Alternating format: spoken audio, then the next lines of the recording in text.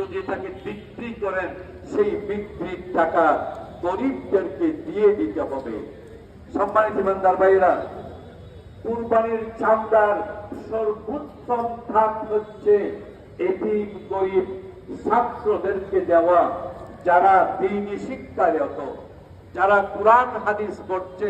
সেরকম গরিবদেরকে আপনার কুরবানির চামড়া দিয়ে দেওয়াটা এটাই উত্তম। সম্মানিত ইমানদার ভাইরা, এই বছর আমাদের সম্মানিত জেলা প্রশাসক মহোদয়ের সভাপতিত্বে গেল কয়েক জুমা আগে একটা মিটিং হয়েছিল। সেখানে সরকারি সিদ্ধান্ত মোতাবেক তিনি আমাদেরকে নির্দেশনা দিয়েছেন যে আপনাদেরকেও এই মেসেজটুকু শোনানোর জন্য ওনার পক্ষ থেকে আমি আবিষ্ট হয়ে আপনাদেরকে শোনাচ্ছি যে আপনারা এই বছর যারা কুরবানি করছেন সেই কুরবানির চামড়াটা যথাযথভাবে সংরক্ষণ করার জন্য,